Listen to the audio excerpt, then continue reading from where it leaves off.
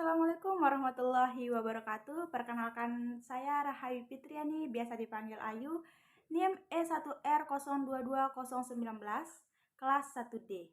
Di sini saya akan membahas materi tentang sejarah sistem politik Indonesia.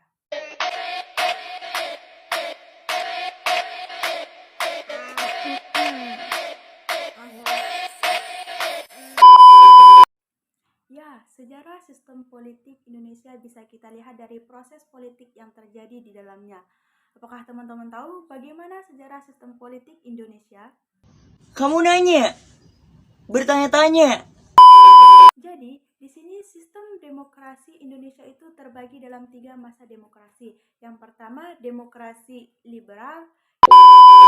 Setelah Indonesia kembali dalam bentuk negara kesatuan atau NKRI pada 17 Agustus 1950, pemerintah Indonesia kembali dihadapkan pada permasalahan yang cukup rumit. Masalah tersebut adalah ketidakstabilan politik. Berbagai peristiwa politik yang terjadi pada demokrasi liberal diantaranya yaitu pergantian kabinet yang cepat. Sistem multipartai pada masa demokrasi liberal menimbulkan persaingan antar golongan, sehingga mengakibatkan ketidakstabilan politik Indonesia. Ketidakstabilan politik juga diwarnai jatuh bangunnya kabinet karena antar masing-masing partai tidak ada sikap saling percaya. Sebagai bukti dapat dilihat pergantian kabinet dalam waktu yang relatif singkat sebagai berikut.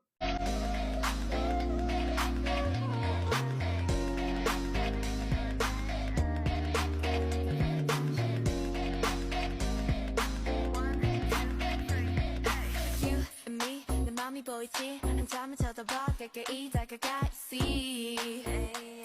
You see Peristiwa selanjutnya yaitu hubungan pusat dan daerah. Silih bergantinya kabinet dalam waktu yang relatif singkat menyebabkan ketidakpuasan daerah karena pemerintahan pusat sibuk dengan pergantian kabinet. Jadi, daerah kurang mendapatkan perhatian. Tuntutan-tuntutan dari daerah ke pusat sering juga tidak didengarkan. Situasi ini menyebabkan munculnya gejala provinsialisme atau sifat kedaerahan. Gejala tersebut terwujud dalam berbagai macam pemberontakan, APRA, pemberontakan Andi Aziz, RMS, PRRI, dan Permesta. Kemudian peristiwa selanjutnya yaitu pemilu 1 tahun 1955. Pemilihan umum atau pemilu sudah direncanakan oleh pemerintah, tapi program ini tidak segera terwujud karena usia kabinet pada waktu itu relatif singkat. Persiapan-persiapan secara intensif untuk program tersebut tidak dapat dilaksanakan. Pemilu 1 di Indonesia akhirnya dilaksanakan pada masa kabinet Burhanuddin Harahap. Pemilu 1 yang diselenggarakan pada tahun 1955 dilaksanakan 2 kali. Pertama, pada tanggal 29 September 1955 untuk memilih anggota DPR atau parlemen.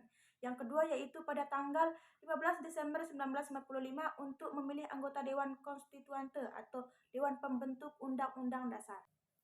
Selanjutnya yaitu kemacetan konstituante.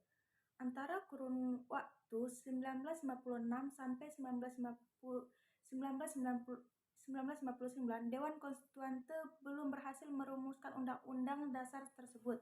Ketidakberhasilan konstituante menyusun undang-undang baru dan kehidupan politik yang tidak stabil menimbulkan kekecewaan bagi masyarakat Indonesia. Pada tanggal 22 April 1959, Presiden Soekarno berpidato di depan sidang konstituante yang menganjurkan agar konstituante menetapkan Undang-Undang 1945 menjadi Undang-Undang Republik Indonesia. Konstituante kemudian mengadakan sidang untuk membalas usulan tersebut dan diadakan pemungutan suara untuk menyelesaikan masalah tersebut. Pemungutan suara tidak memenuhi quorum.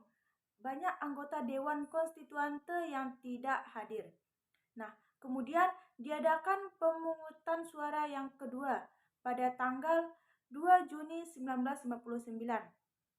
Pemungutan suara kedua juga tidak memenuhi quorum. Dengan demikian, terjadi lagi kemacetan dalam konstituante. Akhirnya, pada tanggal 3 Juni 1959, para anggota dewan mengadakan reses atau istirahat bersidang. Ternyata reses ini tidak hanya sementara, hanya sementara waktu, tetapi untuk selamanya. Artinya, Dewan Konstituante membubarkan diri. Nah, peristiwa yang terakhir yaitu Dekret Presiden 5 Juli 1959.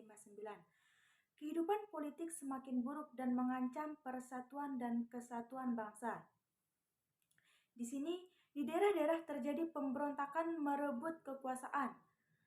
Partai-partai yang mempunyai kekuasaan tidak mampu menyelesaikan persoalan. Oleh karena itu, Presiden Soekarno pada tanggal 5 Juli 1959 mengeluarkan keputusan atau dekret yang dikenal dengan nama Dekret Presiden 5 Juli 1959. Di sini, dekret-dekret tersebut yaitu pertama, pembubaran konstituante, yang kedua, berlakunya Undang-Undang Dasar 1945, dan yang ketiga yaitu akan dibentuk Majelis Permusyawaratan Rakyat. Oke, yang kedua yaitu sistem politik pada masa demokrasi terpimpin.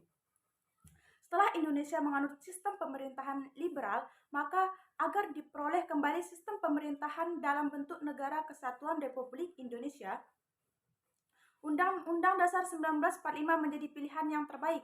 Kemudian, untuk memperkokoh kedudukannya sebagai presiden, Soekarno melalui rapat Dewan Menteri tanggal 19 Februari 1959 di Bogor. Di sana, Soekarno mengambil keputusan dengan suara bulat mengenai pelaksanaan demokrasi terpimpin atau guided demokrasi dengan menegaskan kembali ke Undang-Undang 1945.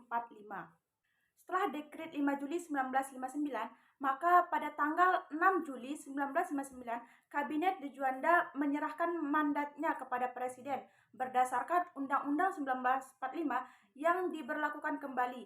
Presiden Soekarno langsung pemimpin pemerintahan, bukan saja kepala negara, tetapi sekaligus juga kepala pemerintahan atau Perdana Menteri. Di sini, pada sistem pemerintahan demokrasi terpimpin, seluruh keputusan pemerintah berpusat pada kepala negara. Pada saat itu, jabatan kepala negara dipegang oleh Soekarno.